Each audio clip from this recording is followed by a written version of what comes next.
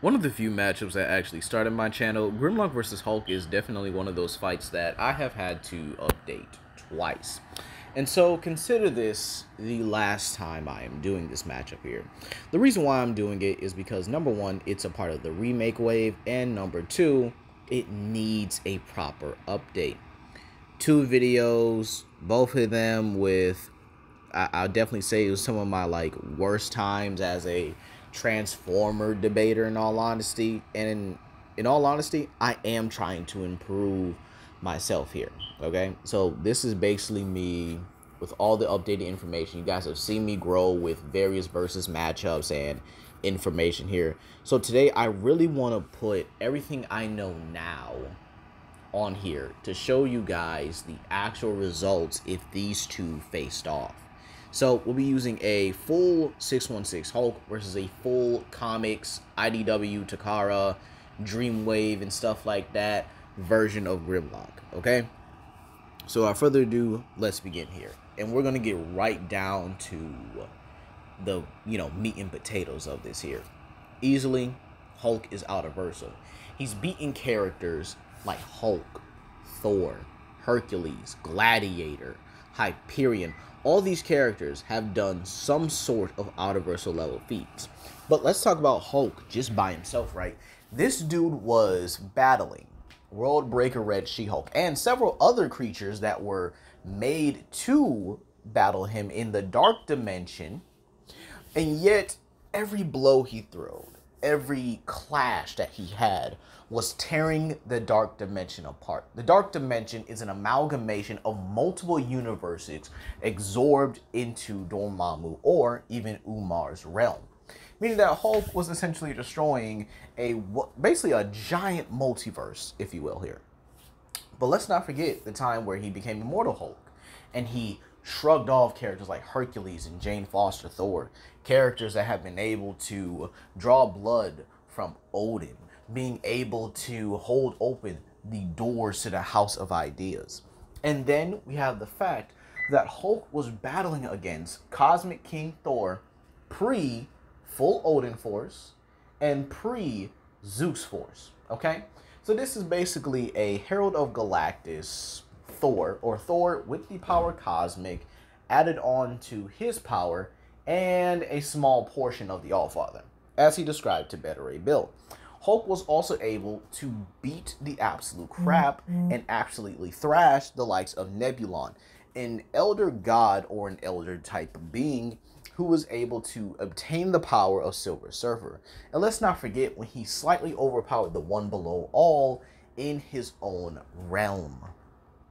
Okay, Hulk also possesses high levels of regeneration. His combat speed and reaction speed would easily be to FTL, to immeasurable levels of speed here. And while Hulk is not a speedster, he is not afraid to blitz an opponent. Matter of fact, he's actually one of the scarier people that will blitz somebody, even being able to move so fast that he appears as a blur.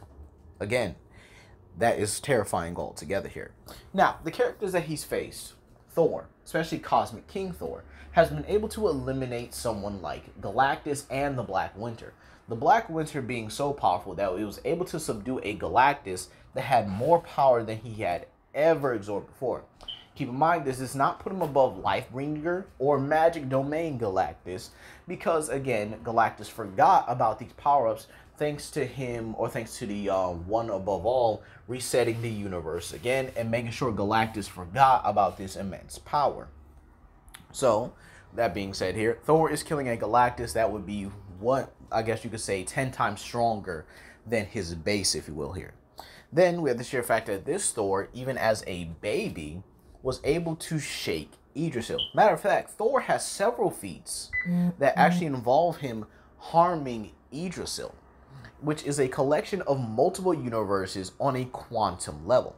And considering Marvel universes do have things like quantum mechanics, platonic concepts, you can easily get a lot of these Marvel universes to Outerversal very easily. Thor being able to harm a construct that not only contains the 8th cosmos, a dimension that not only contains more powerful concepts like the power of love, which was able to eliminate a Lifebringer Dormammu, but also containing, well, entities that exist on that level as well, and Thor is able to harm a structure that supports all that. So, again, pretty simple here. Now, let's move on to the Hulk's opponent, Grimlock. Grimlock is also easily in the Outerversal category here. You see, Grimlock's strength is on par, if not flat out superior, to that of not only Optimus Prime, but you can even put him on the same level, if not above, the likes of Combiners, Omega Supreme, and even Titans, which is absolutely insane here. Now, Grimlock himself here is actually the top of the 1%er list. This is important because Prowl made an estimate that Grimlock was actually on the same levels as Optimus and Megatron and below Overlord and Tarn. However, a weakened Grimlock actually beat the crap out of Tarn, proving this point false. Grimlock himself has also been able to defeat beings that Optimus and Megatron could not. This is important because Optimus and Megatron have also been able to do Outerversal level feats. And you might say, okay, what makes the Transformers verse Outerversal? Well, let's start with the simple basics, and you guys can go back and check out previous videos like Unicron versus the Scarlet King and other Transformer cosmology videos I've made here. And I will have a updated version of Optimus versus Thor coming out very soon here. But let's talk about it here. A Transformers continuity is a multiverse by itself. So Transformers Animated, G1, Transformers Prime are all labeled by their continuities, individual multiverses. All these multiverses are infinite in size because they branch off from the main universe, creating infinite possibilities that become canon universes. So basically, what ifs, like the ones that I make or the ones that Pickle Dill make, are basically possibilities throughout those multiverses which come true. You see, Grimlock has had a plethora of powers and abilities over years. For starters, he's had the power of Primus before and was meant to use it to resurrect Optimus. Crazy, ain't it? He also has things like astral projection. He also contains a magnetic plasma, a quantum magnetic plasma energy, which is capable of destroying universes. He also possesses the Amalgamous energy, a energy that rivals that of the Matrix of Leadership, and is able to use it to not only go toe-to-toe with avatars of Primus, but flat out overpower them and split their skulls in two. Keep in mind, Grimlock also has his intelligence, where he is able to basically target an opponent's weak points and exploit them. Grimlock is also incredibly skilled, being a master at pit fighting combat and even utilizing other fighting forms like diffusion, which is a Cybertronian hand-to-hand martial arts where you just have no weapons and you just run hands professionally. Kind of like boxing or MMA fighting for Cybertronians, but again on a much higher level. Now, back to the Transformers cosmology and how these universes work real quick here. Like I said, each universe is infinite in size. Each universe actually also runs on quantum mechanics. Quantum mechanics dive into Hilbert space, and Hilbert space dives into infinite dimensional layers. So each Transformers multiverse individually has infinite dimensional layers, and each universe has infinite dimensional layers. However, there is also arguments for Transformers being higher than infinite dimensional layers. So this means a multiverse may have boundless layers. Because again, I mean, how do you go beyond infinite at that point? You would have a boundless layers upon your cosmology or upon just a simple multiverse alone. And then the sheer fact, right, that Grimlock is fighting characters like his creator. He would also scale above beings like Super Megatron, who was able to fight God Neptune. And God Neptune possessed, if not, let's see, I think it was 5 or 6 different variations of the Matrix of Leadership that did the same thing the original one did, but each had a different hacking ability. And yet, God Neptune was able to damage Super Megatron and then cause that Megatron to evolve into Megatron Omega. And Grimlock was able to combat that same Megatron Omega, who was able to take attacks from the combination of all 5 or 6 of these matrices. And yet, he was able to fight this dude. And keep in mind, each matrix was made to be able to stall, if not subdue, Unicron. A platonic concept of the everything evil, of everything negative throughout the entire Transformers omniverse. And again, we also talk about Primus being the one to create all of these. And yes, this is his true form here, but his avatars would scale above the 13 original primes. The 13 original primes are beings that can easily deal with multiversal level threats.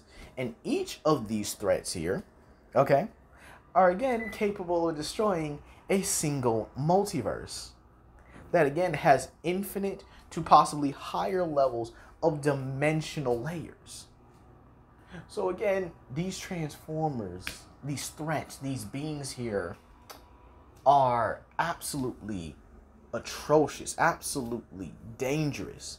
And yet Grimlock is not only able to fight beings that can destroy these layers, but he's also able to defeat those who defeated them. This would also give Grimlock faster than light to immeasurable levels of speed as he scales to characters like Optimus, Megatron, and even above them in some occasions here, as he has been able to blitz and even beat Decepticons who are moving at FTL to immeasurable levels of speed and moving in areas that have no time at all. So without further ado, let's begin. Let's talk about this. Grimlock versus the Hulk. Now, when it comes down to their physical strength here, I do think Hulk is slightly the stronger of the two. Both have a, I guess you could say, a similar mechanic to one another, to where the madder they get, the stronger they get.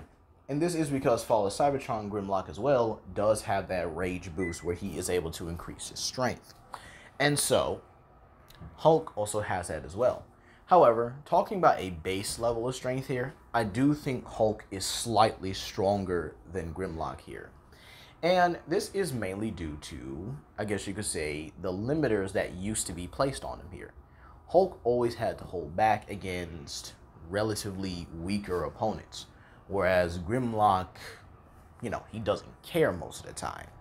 But again, Hulk is fighting, you know, beings that could destroy, you know, multiple cosmologies at the same time here. So again, I do think he just has a stronger base than Grimlock. However, their end game strength is where it kind of gets interesting here. You see, Grimlock's end game strength puts him on par with things like Alternities or, you know, beings that are able to one-shot and destroy things of an omniversal caliber here, if you guys get what I mean here.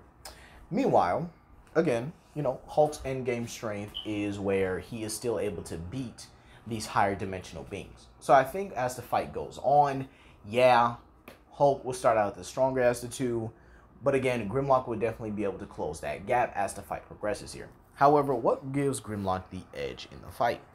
And that would have to be his skill. Grimlock is a veteran gladiator. And again, this is Cybertronian martial arts and gladiatorial, you know, fighting styles here. And this is something that Hulk, even if you want to say he had his time training with Iron Fist here, would not be able to counter that at all here. You see, Cybertronians not only are able to mimic fighting styles, but apply it to themselves here.